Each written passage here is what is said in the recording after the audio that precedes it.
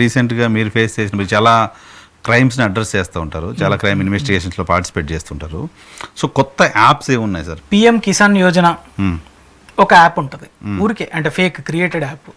ఆ యాప్ మీకు వస్తుంది మీ ఫోన్లో డైరెక్ట్ వాట్సాప్లో, ఎవరో మీ ఫ్రెండే పంపిస్తారు లేదా నా నెంబర్ నుంచే మీకు వస్తుంది. సేమ్ మీరు క్లిక్ చేసినారంటే ఆటోమేటిక్ ఆ స్క్రిప్ట్ మీ దాంట్లో ఇన్స్టాల్ అయిపోయి మీ దాంట్లో ఉన్న కాంటాక్ట్స్కి ఇట్లాంటిది వెళ్ళిపోయి మీ ఇన్ఫర్మేషన్ గ్రాప్ చేసే యాప్స్ ఉన్నాయన్నమాట. డైరెక్ట్ ప్రధానమంత్రి వికాస్ యోజన అని చెప్పేసి యాప్ ఉంది. I will share the screen shot, మనం వ్యూవర్స్కి చూపించచ్చు అది కూడా. అట్లాంటి యాప్స్ని క్లిక్ చేసినా కూడా we can get in to troubles.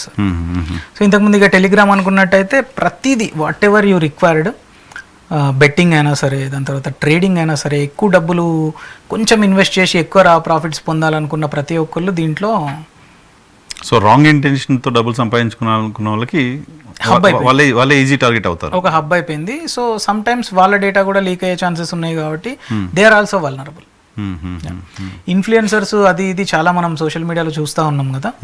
So మీరు ఈ బెట్టింగ్ యాప్లో ఇది చేయండి, నా ప్రిడిక్షన్స్ని నమ్మండి, నేను కట్టినట్టే మాకు వచ్చినట్టే మీకు డబ్బులు వస్తే, నేను కారు కొన్నా, ఫ్లాట్ కొన్నా, బిల్డింగ్ కొన్నా, చాలా చూస్తున్నాను అవి చూస్తూ ఉంటాను. సో మా లెక్కనే మీకు వస్తాయి అది ఇది అని చెప్పేసి డెమో యాప్స్ చూపిస్తారనమాట. ఆ డెమో యాప్ ఏంటంటే ముందే ప్రీవియస్ ఫిక్స్ అయిపోయి ఉంటుంది, మనం ఎంత చెప్తే అంత. డెమో కదా, మనం జనాలకు చూపించడానికి.